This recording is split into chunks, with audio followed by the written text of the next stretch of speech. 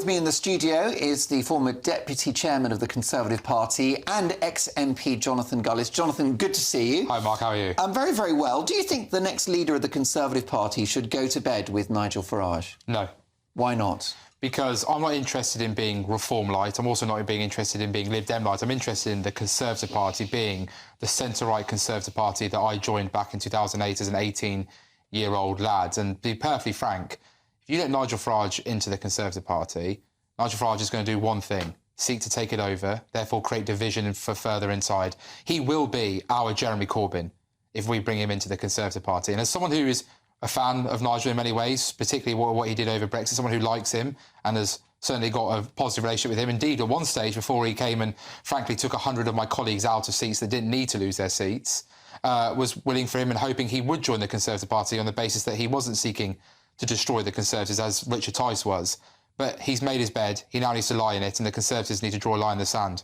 However, I wonder if Suella Braverman is quite smart talking about Nigel and playing the Nigel card, because if the Conservatives don't engage with Nigel Farage and indeed Reform UK, they can kiss goodbye to those 4 million voters in 5 years' time, can't they? What we need to do is talk about the issues and make sure we have a clear and decisive plan about what we would do as a Conservative government that will attract those 4 million plus voters who went to Reform.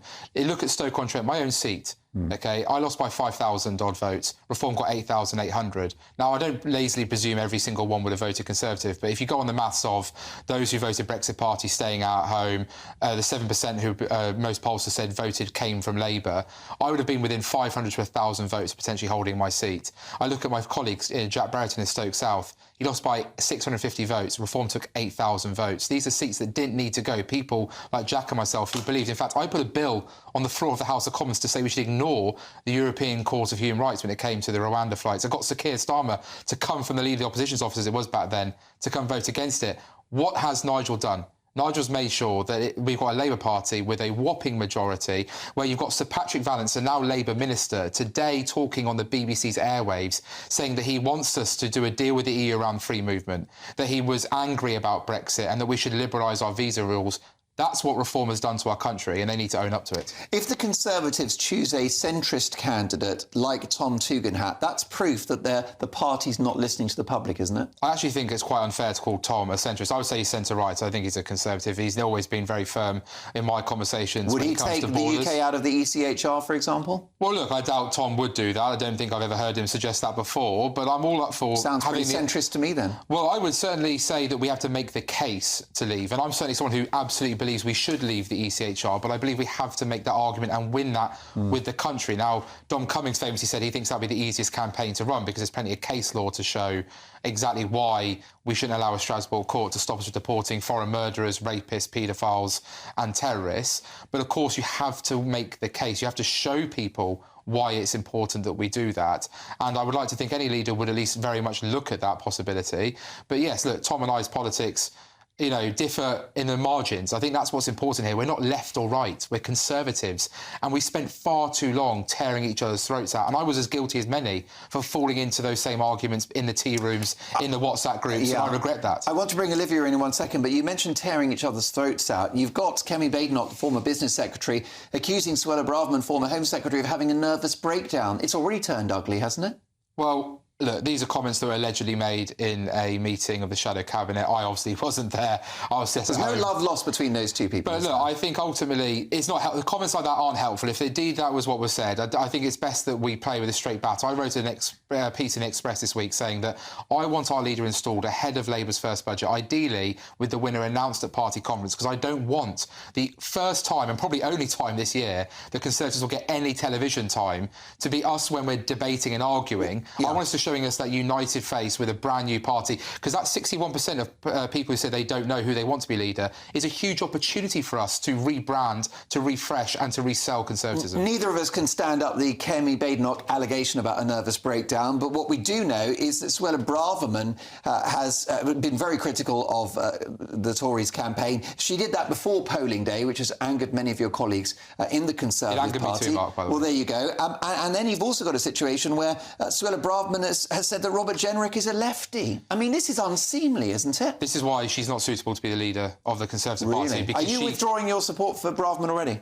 I will not be, if Braverman's on the final two, I won't be supporting her. Okay. Doesn't necessarily mean I'll vote for the other one. I may well spoil my ballot. I look forward to seeing the options. Do you not care what our viewers think? Because they love I do care Suella what your Braverman. viewers think, but the viewers said I think it was about 10% at best who supported her. As I say, 61% say don't know.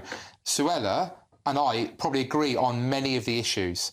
I'll happily have a discussion, debate with her on those type of topics. How she presents the arguments is too divisive, will not unite the Conservative Party. And because of her actions, the way she spoke when she left government office under Rishi Sunak, the fact she was writing articles 2 days before polling day, machine gunning the Conservative Party, when I was trying to convince Reform voters on doorsteps not to lend their vote in order for me to keep my job, simply doesn't fly. The Conservative, the Reform Party managed to win 5 seats. Many of them, as you say, those votes might have gone to the Conservative Party. But the Lib Dems won 72 seats, and quite a lot of those seats were in sort of blue heartland areas. What would you say to the colleagues in your party who say, actually, what we need to be doing if we want to get voters back on board is to tack to the left, not tack to the right? Let's stop talking about Brexit. Let's stop talking about leaving the ECHR. Let's move Lib Dem way. I think Nick Timothy did a superb article on UMP in West Suffolk, if I remember correctly, who said that it's not about left and it's not about right. It's just about being Conservative. We don't need to be Lib Dem light. We do not need to be Reform light. We need to be Conservatives. We need to have a very clear and distinctive plan. That will mean at times that there'll be a cigarette paper between us and Reform on some issues. That will mean at other times there'll be a cigarette paper between us and the Liberal Democrats. But we are the natural party of government, the most successful electoral force this country has seen, as well as the world. We need to make sure, therefore, we make those clear and distinctive arguments, but rebuild trust that when we say we're going to do something, we're going to deliver. This election was about a failure to deliver on the promises that we made in 2019. Robert Jenrick said something quite similar to Nick Timothy when he was writing in the Sunday Times. He said that it's not about left or right, it's about proving that we can deliver as the Conservative Party. And he talked about how the government failed to deliver on NHS waiting lists, on immigration, etc. But how is the Conservative Party supposed to prove that it can deliver while it's in opposition? So I think, first of all, what we have to do is go through this leadership contest, select someone that we ensure that the parliamentary party and our members will rally behind. We then need to work internally with our Conservative campaign headquarters to fix what is a creaky machine, I think, is fair to say. Volunteers' morale is in the ground. They had bruising 2023 local elections, bruising 2024 local elections, straight into a general election that was even more painful for many. The blisters are still healing on the bottom of my feet. But next year, if you look at May 2025, there's only one Labour-led local authority that's up for election. The rest are overwhelmingly Conservative-controlled. Now in those areas along the Suffolk coast, where we know Reform have done well, many in the southwest as well, where the Liberal Democrats have done a decent job, we need to get our act together quickly, get our activists re-energised, have a clear and distinctive offer early on for these local elections to retain as many Conservative councils as we can, and then we need to really spend time listening, going around the country, hearing what people have got to say, understand why so many people felt they couldn't lend us their vote. Because it wasn't just those who went to Reform or Lib Dem. There's an awful lot of people who sat at home. My seat saw a 51.8% turnout. In Stoke Central, it was 47.99. There's a lot of apathy out there. If we can convince those people who sat on their backside, understandably, that now is the time to come out and once again lend us their vote, then we'll be able to take on Couple of seconds. If you were to adopt, because it's my view that Reform UK are more or less a single-issue party, at least they have been in the run-up to the election, it's immigration. Nigel Farage said it was the immigration election.